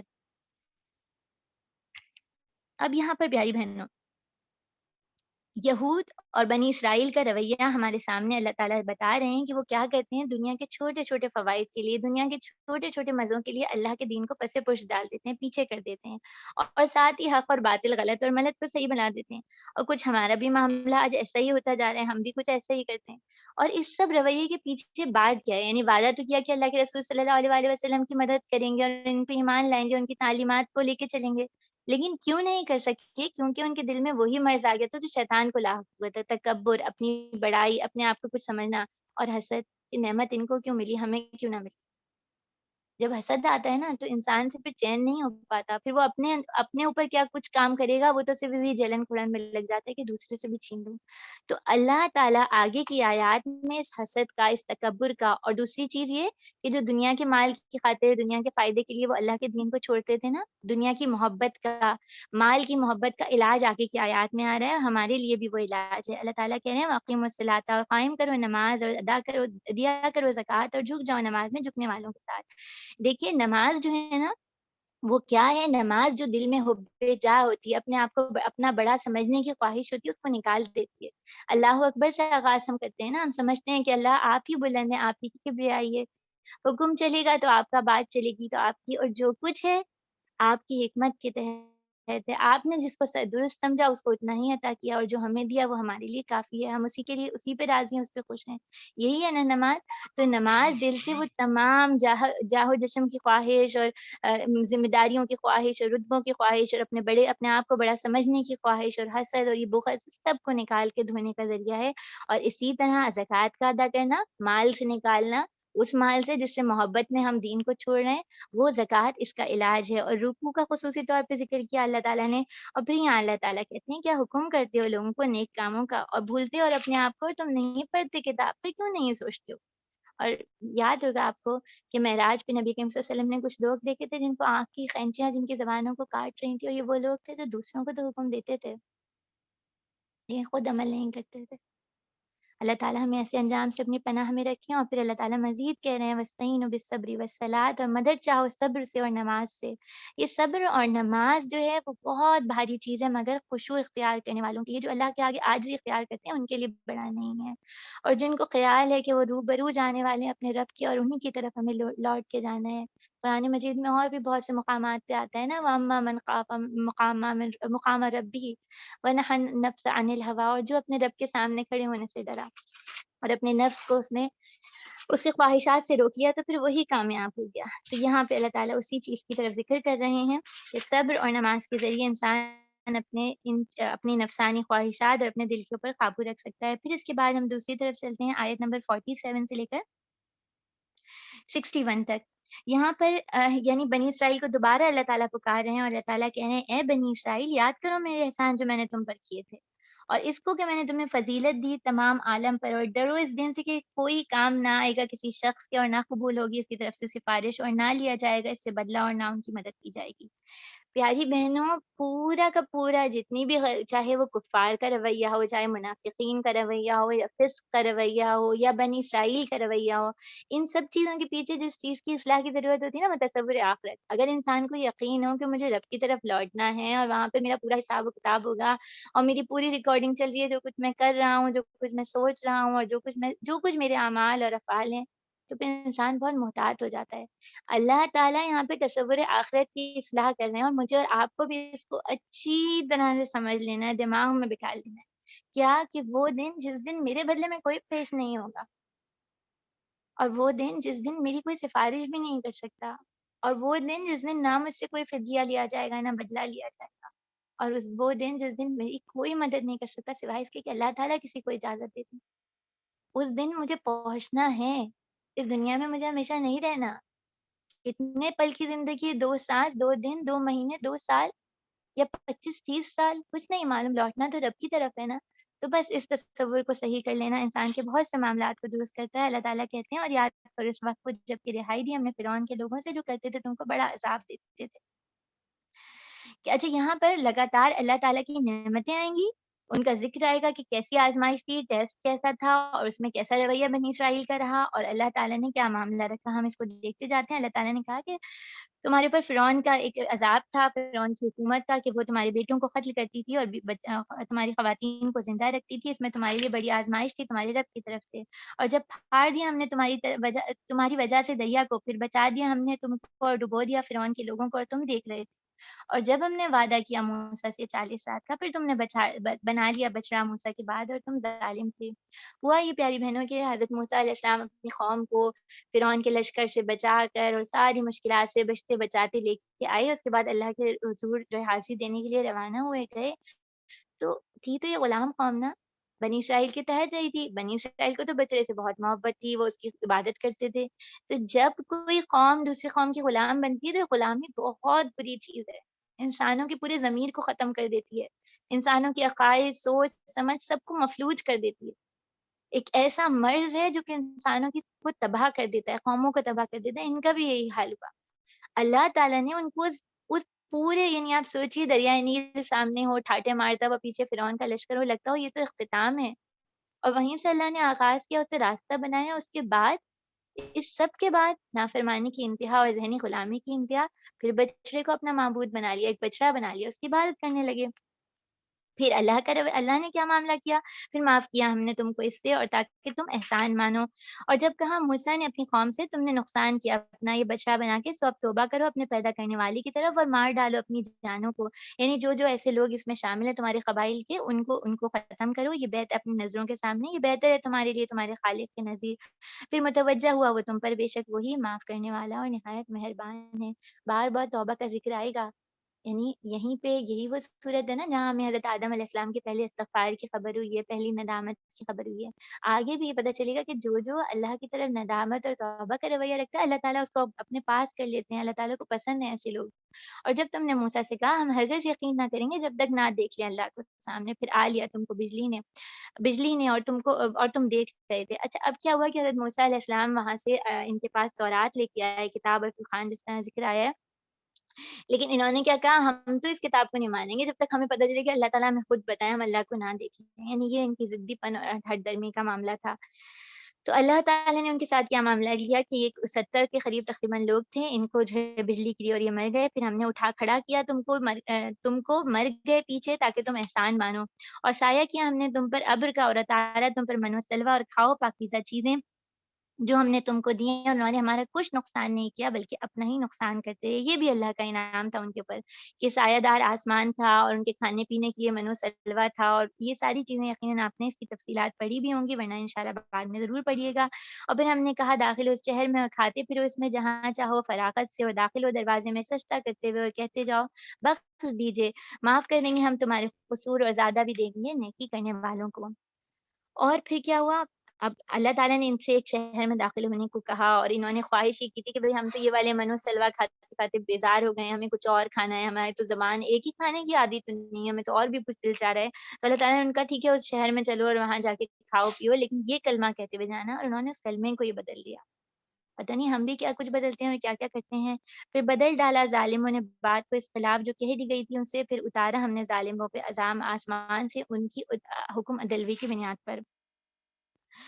اور پھر اس کے بعد کیا ہے کہ یہ آیت نمبر اس کے بعد جو ہے وہ, اور جب پانی مانگا موسیٰ نے اپنی قوم کے واسطے تو ہم نے کہا مار اپنے عصا کو پتھر پر, اور سو بہ نکلے سے 12 چشمے. پہچان لیا قوم نے اپنے پانی پینے کا مقام, کھاؤ اور پیو اللہ کی روزی اور نہ پھرو محکمے کے ساتھ بچاتے ہوئے. اللہ تعالیٰ کو پتہ ہے کہ انسان کی بنیادی ضرورت پانی ہے, بہت ضروری ہے پانی, اللہ تعالیٰ نے اس کا بھی انتظام ان کے لیے کر دیا, اور کھانے پینے کو بھی کہا. اللہ تعالیٰ کو اچھا لگتا ہے بندہ کھاتا پیتا اور پھر اللہ کی شکر گزاری کرتا ہے, اور کھانے پینے کے بعد اپنی جو طاقت اور توانائی ملتی ہے اس کو اللہ کے بتائے ہوئے کاموں کے لیے خرچ کرتا ہے. اللہ تعالیٰ کو بہت اچھا لگتا ہے یہ بات. اب کیا ہوا, اب کیا معاملہ ہوا, یہ تقریباً آیت 61 سے 62 جو ہے وہ, یہ دیکھیں یہاں پہ 62 آیت پہ ہم ذرا 61 آیت پہ دیکھتے ہیں کیا ہے. اور جب کہا تم نے اے موسیٰ ہم ہرگز صبر نہ کریں گے ایک ہی طرح کے کھانے پہ. ہم بھی کہتے ہیں نا ون ڈش کیسے, ون ڈش پہ کیسے مزہ آئے گا, کوئی پارٹی ہو کوئی شادی ہو تو کم سے کم 3-4 ڈشز تو ہوں جبھی تو مزہ آئے گا. زبان کے رسیا بھی تو ہم بھی تو ہیں نا. تو انہوں نے بھی یہ کہا, تو مانگیے ہمارے لیے دعا رب سے کہ ہمارے واسطے وہ نکالیے زمین میں ترکاری, ککڑی, گیہوں, مسور اور پیاز. ذرا سوچئے تو صحیح, 40 سال سے ہی میدان طے میں پھر رہے تھے, اور یہ یعنی یہ غذائیں ان کی تو خوراک نہیں تھی نا. نئے بچے بھی آ گئے ہوں گے, وہ جوان بھی ہو گئے ہوں گے, ان کو کون سی خوراک یاد آ رہی ہے, عہد غلامی کی خوراک یاد آ رہی ہے. جیسے ہمارے یہاں بھی بہت سے لوگوں کو ہوتا ہے نا کہ اللہ تقسیم کی ہوئی پاکستان, اور پاکستان کے بننے سے تو ہم بہت کچھ ساڑیاں کھو گئیں اور وہ زیور رہ گئے, پتہ نہیں کون کون سی جائیدادیں رہ گئیں. ان کو بھی کچھ ایسی چیزیں, ان کی زبان کیونکہ یہ ذائقوں کے حریص بن گئے تھے. اللہ تعالیٰ نے ان کو سہولیات کیوں دی تھیں, ان کے اوپر آسمان پہ سایہ تھا, پانی کے چشمے تھے, من و سلوہ اترتا تھا, تاکہ یہ اللہ تعالیٰ نے جو ڈیوٹی دی تھی نا, اللہ کے دین کو پھیلانا, نیکی کا حکم دینا, برائی سے رکنا, اللہ کے دین کو, اللہ کے بتائے ہوئے طریقوں کو معاشرے میں نافذ کرنا, اس کو چھوڑ کے ان کے ذہن میں کیا آیا کہ ذرا ہم اپنا وقت, اپنی توانائیاں, اپنی صلاحیتیں کھانا پکانے اور کھانوں کے ذائقوں کے پیچھے نہ لگا دیں. کیا پتہ آج میں اور آپ بھی ایسا ہی کر رہے ہوں. کتنے فوڈ چینل ہیں, کتنے کھانے پکانے کے طریقے ہیں, اور بس ہماری زندگی اسی میں گزری چلی جا رہی ہو. موسیٰ نے کہا کیا لینا چاہتے ہو, وہ چیز جو ادنا ہے اس کے بدلے میں جو بہتر ہے, چلو. اور یہاں دیکھیں اہبطوا مصرا کا لفظ آیا ہے. بہت سے مفسرین اس پہ بات کہتے ہیں کہ مصر کی طرف نشاندہی کی گئی, اور یہ شہر کی طرف بھی ہو سکتی ہے. چلو ذرا اسی ذلت اور غلامی والے شہر کی طرف چلو, ذائقوں کی رسیا ہوئے تو تم کو ملے گا وہ جو مانگتے ہو. اور ضربت علیہم الذلۃ والمسکنہ, اور ان کے اوپر اس کے بعد جب وہ ذائقوں کے رسیا ہوئے تو ذلت اور مسکنت اور محتاجی تھوپ دی گئی, اور پھر وہ لوٹے اللہ کا غضب لے کے. یہ اس لیے ہوا کہ وہ نہیں مانتے تھے اللہ کی آیات کو, اور قتل کرتے تھے انبیاء کو بغیر حق کے, اور اس لیے کہ وہ نافرمان تھے اور حد پہ نہ رہتے تھے. بہت غور کرنے کی بات ہے کہ انسان جب اپنی زندگی کا مقصد اپنے نفس کو, اپنی زبان کو, اپنی آسائشوں کی پرستش کرنے میں جب گزارتا ہے نا, تو ذلت اور مسکنت اس کے اوپر تھوپ دی جاتی ہے, اس کے اوپر ایسے چپس ہو جاتی ہے کہ اس سے جدا ہونا مشکل ہو جاتا ہے. اللہ تعالی ہم سب کے لیے آسانی کریں, ہماری زندگی کے طریقوں کی اصلاح کر دیں, آمین ثم آمین. پھر پیاری بہنوں, یہاں پر آیت نمبر 62 ہے. یہاں پہ اللہ تعالیٰ پھر اپنا قانون مغفرت سامنے رکھتے ہیں اور بتاتے ہیں کہ بے شک جو لوگ مسلمان ہوئے, اور جو لوگ یہودی ہیں اور نصارہ ہیں اور صابئین ہیں, اور جو ایمان لائے اللہ پر, روز آخرت پر, اور کام کیے نیک, تو ان کے لیے ان کا ثواب ان کے رب کے پاس ہے, اور لا خوف علیہم ولا هم یحزنون. یہ دوبارہ پھر وہ آیت آ گئی کہ ہمیں اگر خوف کے فتنے سے بچنا ہے تو ہمارے لیے کیا ہے کہ ہمیں اپنی ایمانیات کو درست کرنا ہے. اللہ اس کے رسول صلی اللہ علیہ وسلم پر ایمان, یوم آخرت پہ ایمان, اور ساتھ ہی صرف ایمان ہی نہیں, عمل صالح بھی ضروری ہے. یعنی ایمان یقین کے بعد جو ہے, اس کے بعد جو کچھ اللہ نے بتایا اس پہ عمل کرنا ہے. اور آج آپ دیکھیے سب سے جو ورلڈ ڈیٹا بتا رہا ہے, دنیا بھر میں ڈپریشن, اینزائٹی اور یہ ساری گھبراہٹیں, دل کی پریشانیاں بڑھتی ہی چلی جا رہی ہیں, اور ان سب کا حل کیا ہے, رجوع اللہ ہے, اللہ کے اوپر ایمان لانا اور عمل صالح ہیں. پھر اللہ تعالیٰ فرما رہے ہیں یہاں پہ جو ہے, ہم دیکھتے ہیں آیت نمبر 63 سے تقریباً 73 تک ہمارے پاس بنی اسرائیل کی پوری جو جرائم کی چارج جو کہنا چاہیے لسٹ ہے, ان کی پورا ریکارڈ جو ہے وہ اللہ تعالیٰ ہمارے سامنے رکھ رہے ہیں. اور پھر ہمارے سامنے کیوں رکھ رہے ہیں, اسی لیے کہ ہم ذرا اپنے آپ کو بھی آئینے میں دیکھ لیں اور ان چیزوں سے محتاط ہو جائیں. وَإِذْ أَخَذْنَا، اور جب ہم نے لیا تم سے اقرار اور ہم بلند کیا تمہارے اوپر کوہ طور کہ پکڑو اس کتاب کو جو ہم نے تمہیں دی ہے مضبوطی کے ساتھ، اور یاد کرو اس میں جو کچھ ہے تاکہ تم تقوی اختیار کرو۔ اب بات تو یہ مان کے نہیں دیتے تھے، ان کا رویہ تو ہم سب نے دیکھا، نعمت آتی تھی، انعام آتا تھا، پھر بھی کچھ اوٹ پٹانگ کام اور اللہ سے ضد بازی اور اڑی بازی اور یہ اس کے اندر سے راستے نکالتے تھے۔ تو اللہ تعالیٰ نے اب ان کے اوپر ایک سختی والا معاملہ رکھا، کوہ طور ان کے سر پہ کھڑا رکھا، اور پھر ان سے کہا کہ اب وعدہ کرو کہ کتاب کو قوت سے پکڑو گے۔ میں اور آپ بھی سمجھیں کہ ہمیں اللہ تعالیٰ نے کہا ہے کتاب اللہ کو اگر ہم پوری قوت کے ساتھ پکڑ لیں گے تو پھر ہماری زندگیوں کی بھی اصلاح ہو جائے گی، اور پھر وَاسْکُرُوا یعنی اس کے ساتھ اس کو پڑھو، اس کو سیکھو اور اس کے مطابق اپنے عمل کو تبدیل کرو، تو پھر ہماری زندگیاں بھی وہ ذلت اور مسکنت کا جو بوجھ ہمارے اوپر ہے وہ اتر جائے گا۔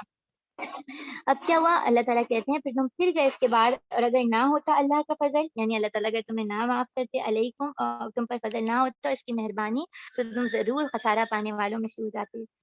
اور پھر اللہ تعالیٰ آگے فرما رہے ہیں کہ اور تم خوب جان لو کہ جنہوں نے تم میں سے زیادتی کی ہفتے کے دن میں، تو ہم نے تم سے کہا بندر ذلیل بن جاؤ، پھر کیا ہم نے اس واقعے کو عبرت ان لوگوں کے لیے جو وہاں تھے اور جو پیچھے رہ جانے والے تھے، نصیحت ہے ان متقین کے لیے، نصیحت پکڑنے والوں کے لیے۔ پیاری بہنوں، یہاں پہ دو واقعات، ایک تو پہاڑ کوہ طور کا ان کے اوپر اٹھایا جانا وہ، اور دوسری بات یہ اہل سبت کا یعنی ہفتے والوں کا واقعہ سورہ اعراف میں اور تفصیل سے آئے گا انشاءاللہ تعالیٰ۔ یہاں پہ بس یہ بات ذہن میں رکھیے گا کہ ہفتے کے دن میں اللہ تعالیٰ نے ان کے اوپر پابندی لگائی تھی اور انہوں نے اسی کام کو کیا، یعنی اس کے لیے راستہ دوسرا اختیار کیا، اور آج بھی ایسے ہی کرتے ہیں۔ آپ نے شاید اس بات کو سنا ہو کہ یہودیوں کا ایک پورا فرقہ ہے جن کو جیسے ان کے پاس یہ حکم ہے کہ ان کے ہاں خواتین کو سر ڈھکنا ہے، تو وہ اب انہوں نے کیا اس کا راستہ نکالا ہے کہ سر ڈھکنے کے لیے وہ ہیومن ہیئرس کے بنے ہوئی وگز ہوتی ہیں وہ اپنے سر پہ پہن لیتی ہیں، اور کہتی ہیں یہ جو ہے حکم جو ہے وہ پورا ہو گیا، ہم نے تو اپنے بالوں کو ڈھک لیا، اور وہ حکم پورا ہوا، یہ مزید خوبصورتی میں اضافہ ہو گیا۔ آج میں اور آپ بھی سوچیں، ہم بھی ایسے ہی کچھ ہیلے بہانے کرتے ہیں نا، جس طرح یہ سبت والے کرتے تھے، یعنی راستے نکالتے تھے، اللہ کے حکم کے اندر سے گنجائشیں تلاش کرتے تھے۔ ہم بھی ذرا اپنی زندگیوں کا احوال دیکھیں، اپنی زندگیوں کو چیک کریں، پھر اللہ تعالیٰ کیا کہتے ہیں، پھر ہم اللہ تعالیٰ یہاں پہ کہہ رہے ہیں، اور جب ہم نے موسیٰ سے کہا اپنی قوم سے کہ اللہ تم کو کہتا ہے کہ ذبح کرو گائے، وہ بولے کیا آپ ہم سے مذاق کرتے ہیں؟ کہا قال اعوذ باللہ، میں پناہ مانگتا ہوں اللہ کی اس بات سے کہ میں جاہلوں جیسی بات کروں۔ دیکھیے ساری بات تو بچڑے ہی کی تھی نا، بچڑے کی محبت میں ہی تو بیچارے ہر گڑبڑ کر دیتے تھے، غلامانہ ذہنی غلامی تھی نا، اور یہی ذہنی غلامی ان کو ذائقوں کی رسیاں نہیں، انہیں وہ غذائیں یاد آتی تھی جو عہد غلامی میں ان کو ملی نہیں تھی، جب وہ غلام تھے، آغا ظلم و ستم کرتے تھے، ان کے بیٹوں کو مارتے تھے، اس وقت کی غذا ان کو یاد آتی تھی، بہت اچھی لگتی تھی۔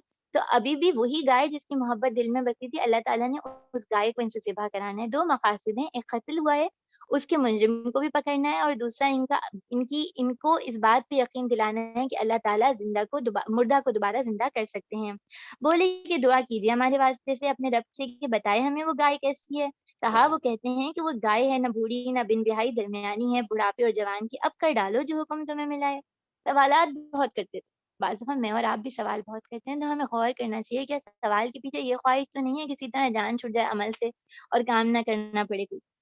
پھر بولے دعا کیجیے ہمارے واسطے اپنے رب سے کہ ہمیں پتہ تو چلے اس کا رنگ کیسا ہے۔ فرمایا کہ وہ ایک گائے ہے جو زرد خوب گہری ہو اور اس کی زردی خوب خوبصورت نظر آتی ہو۔ بولے کہ دعا کیجیے ہمارے واسطے اپنے رب سے کہ بتائیں ہم کو کہ وہ کس قسم کی گائے ہو، کیونکہ اس گائے میں ہمیں شبہ ہو گیا ہے، اور اگر اللہ نے چاہا، یہاں انہوں نے انشاءاللہ کہہ لیا اس لیے یہ جو ہے وہ اس کام میں پورے ہو گئے، ورنہ ممکن تھا کہ یہ ابھی بھی نہ کرتے۔ قرآن مجید میں آگے ایک مقام بھی آئے گا، یقیناً آپ سب اس سے واقف ہیں، جہاں انشاءاللہ نہیں کیا گیا تو کام نہ ہو سکا۔ اور انہوں نے کہا ہم اگر اللہ نے چاہا تو ضرور راہ پالیں گے۔ کہا وہ فرماتا ہے وہ ایک گائے ہے، محنت کرنے والی نہیں، نہ زمین پہ جوتی گئی ہے اور نہ پانی دیتی ہے، وہ کھیتی کو بے عیب ہے، کوئی داغ اس میں نہیں۔ بولے اب لائے ہیں آپ ٹھیک بات، پھر اس کو ذبح کیا، اور وہ لگتے نہ تھے ایسا کر لیں گے۔ یعنی آخر کار انہوں نے سب ہیل و حجت رکھنے کے بعد پھر کیا کیا انہوں نے کہ اس گائے کو ذبح کرنے کے لیے تیار ہو گئے۔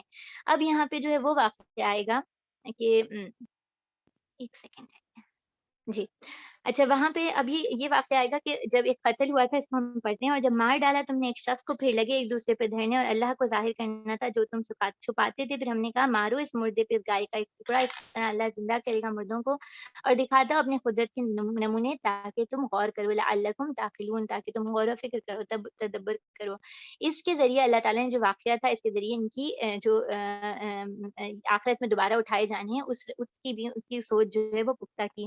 اب یہاں پر کچھ دلوں کے اقسام آئیں گے، آیت نمبر 74 ہے، پھر تمہارے دل سخت ہو گئے اس کے بعد، سو وہ ہو گئے جیسے پتھر یا ان سے بھی سخت، اور پتھروں میں تو بعض ایسے بھی ہیں جن سے جاری ہوتی ہیں نہریں، اور ان میں ایسے بھی ہیں جو پھٹ جاتے ہیں اور نکلتا ہے ان سے پانی، اور ایسے بھی ہیں جو گر پڑتے ہیں اللہ کے ڈر سے، اور اللہ بے خبر نہیں ہے تمہارے کاموں سے۔ پیاری بہنوں، میرے اور آپ کے سینے میں ایک دل ہے، یہ دل دھڑکتا ہے نا جب تک نرم و ملائم ہے، اور یہ دھڑکتا ہے تو پورے جسم میں صاف ستھرا خون لے کے جاتا ہے ہر خلیے کے اندر، اور پھر وہاں سے گندا خون لے کر واپس آتا ہے۔ جب تک یہ دل نرم رہتا ہے، اپنا کام جاری رہتا ہے، جسم بھی سانس لیتا رہتا ہے، جسم بھی تازگی برقرار رکھتا ہے۔ جب یہ دل سخت ہو جاتا ہے تو پھر اس کے اندر مختلف اسٹنٹ ڈالے جاتے ہیں، اس کے کام کو درست کرنے کے لیے مشکل پڑ جاتی ہے نا۔ یہ دل تو وہ دل کی وہ بات ہے جو ہمارے بظاہر جسم کو صحیح رکھنے کے لیے، لیکن اس دل کا ایک اور مقصد بھی ہے جس کے لیے حضرت آدم علیہ السلام کو اللہ تعالیٰ نے دنیا میں بھیجا تھا، درد دل کے واسطے پیدا کیا انسان کو، ہم سب نے سنا ہے نا۔ اس دل کا مقصد یہ ہے کہ یہ دل جس طرح، یعنی آپ دیکھیے یہاں اللہ تعالیٰ نے پتھروں کی مثال دی ہے کہ پتھر 3 طرح کے، کچھ ایسے ہیں کہ اتنے سخت ہیں کچھ بھی کر لو ان پہ کوئی اثر ہی نہیں ہوتا، کچھ اتنے نرم ہیں کہ وہ ان کی نرمی کی وجہ سے پھٹ جاتے ہیں اور اس میں سے پانی نکلنے لگتا ہے، اور پانی کیا ہے؟ پانی لوگوں کے لیے فیض ہے، فیض عام ہے۔ اللہ تعالیٰ مجھے اور آپ کو یہ بتانا چاہتے ہیں کہ اللہ کو ایک ایسا دل مطلوب ہے جو لوگوں کے حق میں نرم ہو، جو لوگوں کی بھلائی چاہتا ہو، جو لوگوں کی درد میں رونے والا بھی ہو، اور جو لوگوں کی تکلیف کو دور کرنے والا بھی ہو۔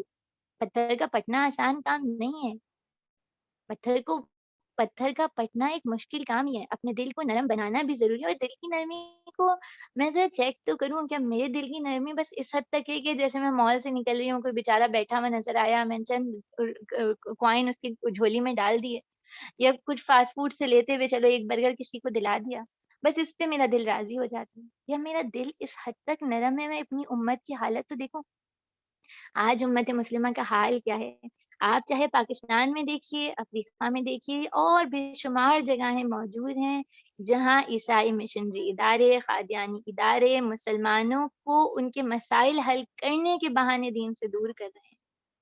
بنگلہ دیش میں بھی ہیں، اور بھی بہت ساری جگہ آپ نے سنا ہوگا، کہیں وہ پانی کے کنویں کھدوا رہے ہیں، کہیں وہ تعلیمی ادارے بنا رہے ہیں، وہ لوگوں کی سوچ اور فکر کو تبدیل کر رہے ہیں، اور اس کے اوپر وہ بہت بجٹ بھی لگا رہے ہیں، بہت فنڈ بھی لگا رہے ہیں، اور میرے اور آپ کے دل کی درد مندی اور دل کی نرمی تو یہ ہے کہ بس تھوڑے سے آنسو آ جاتے ہیں، ایک تصویر دیکھ کر کسی کی روتے بلکتے امتی کی تصویر دیکھ کے ہم آنسو لے آتے ہیں، اور کچھ کوائن نکال کے دے دیتے ہیں، لیکن اپنی صلاحیتیں، اپنا وقت، اپنی توانائیاں ان کو بچا کے رکھ لیتے ہیں، بس دنیا کو سنوارنے کے لیے رکھ لیتے ہیں نا۔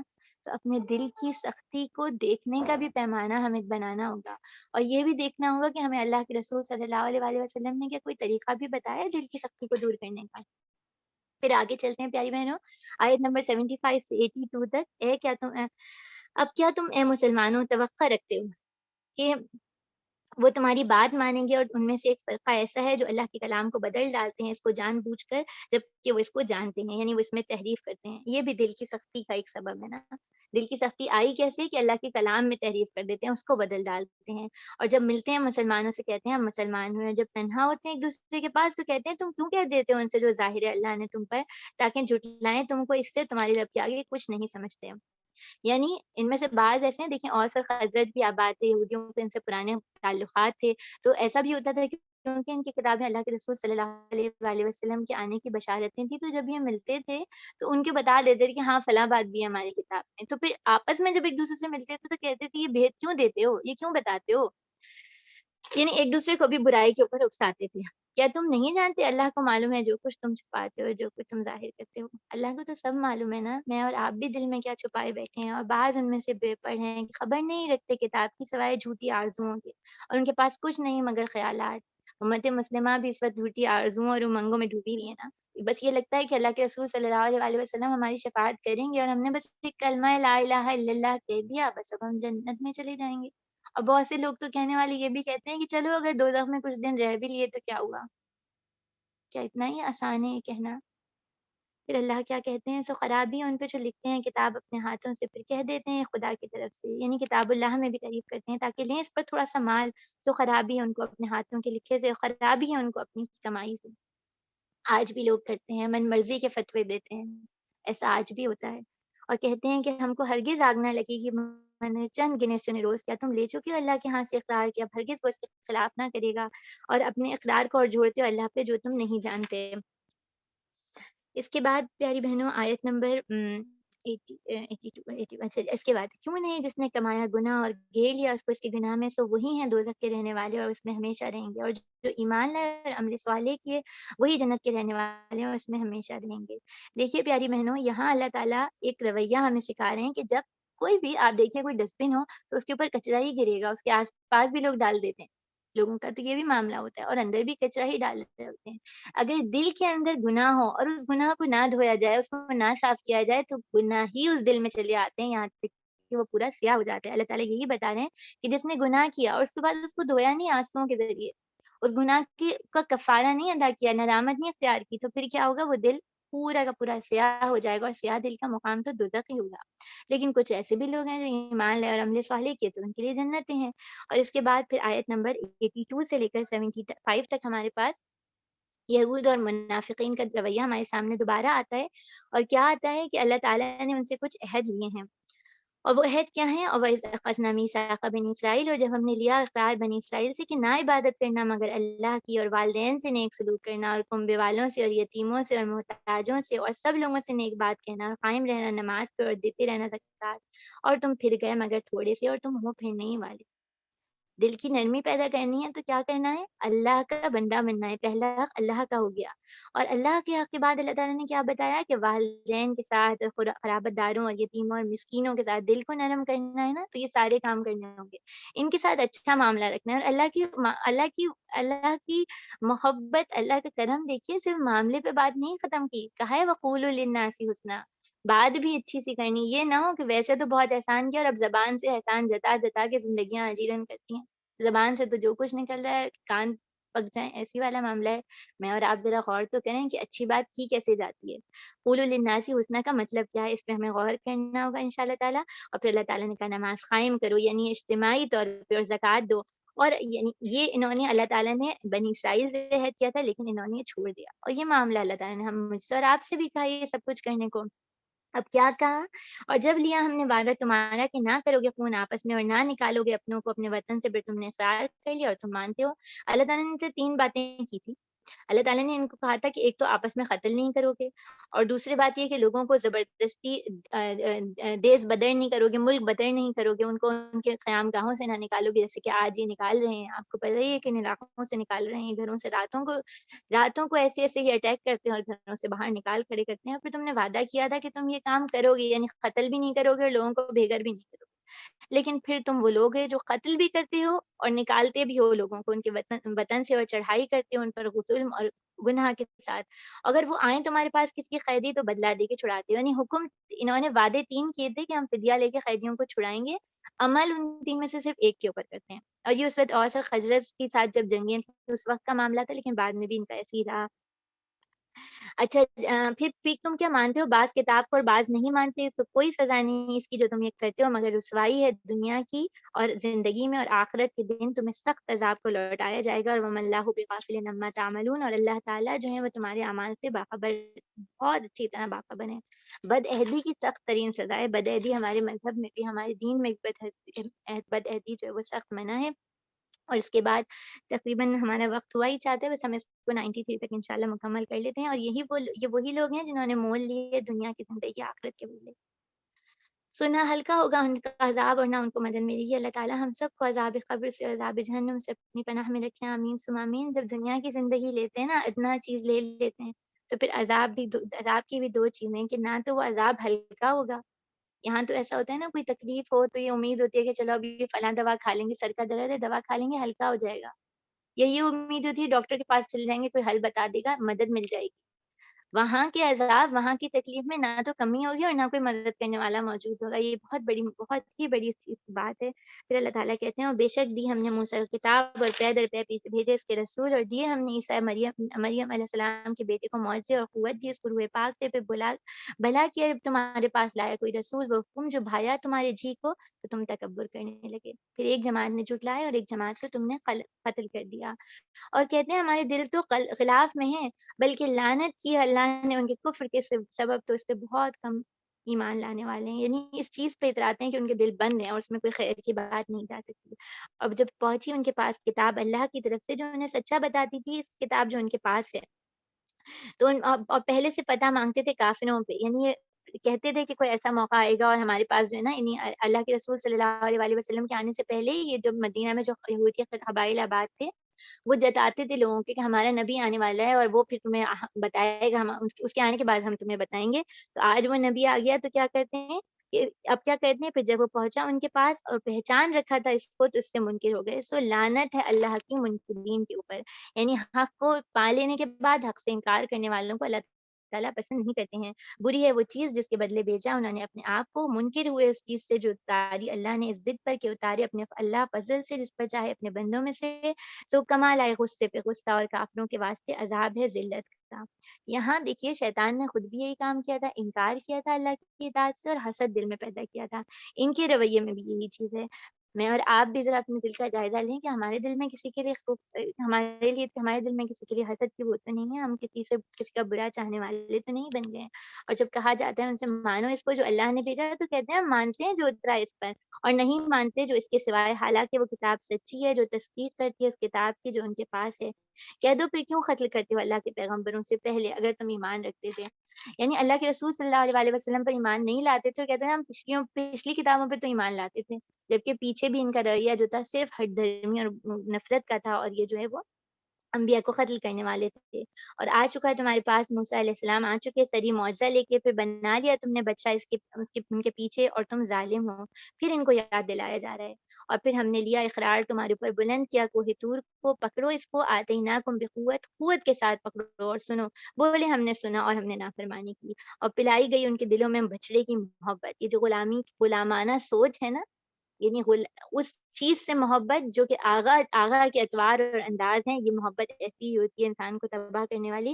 بس سبب ان کے کفر کے کہہ دی بری بات سکھاتا ہے ہم کو ایمان تمہارا اگر تم ایمان والے ہو. یعنی کیسا ایمان ہے، ایمان لانے کے بعد تم ایسی خراب باتیں کرتے ہو. اور اس کے بعد جو ہے یہ یہاں پہ انشاءاللہ ہم اختتام کرتے ہیں پیاری بہنوں. جزاک اللہ خیرا کثیرا. ٹائم ہو گیا ہے. اللہ تعالیٰ ہم سب کے لیے بات کو سننا، سمجھنا اور عمل کرنا آسان کر دیں. السلام علیکم ورحمۃ اللہ وبرکاتہ. وعلیکم السلام ورحمۃ اللہ وبرکاتہ. جزاک اللہ خیر مریم. اللہ تعالیٰ ہمارے لیے بھی بہت ساری آسانیوں کا معاملہ کرے اور ہم سب کے لیے جو سنا اس پر عمل کرنا اور اس کو آگے بڑھانا اللہ تعالیٰ ہمارے لیے آسان کر دے. پیاری بہنوں آپ سب کا بہت شکریہ کہ آپ نے شرکت کی. کچھ بہنیں ایسی ہیں کہ جن کا یعنی یا تو نام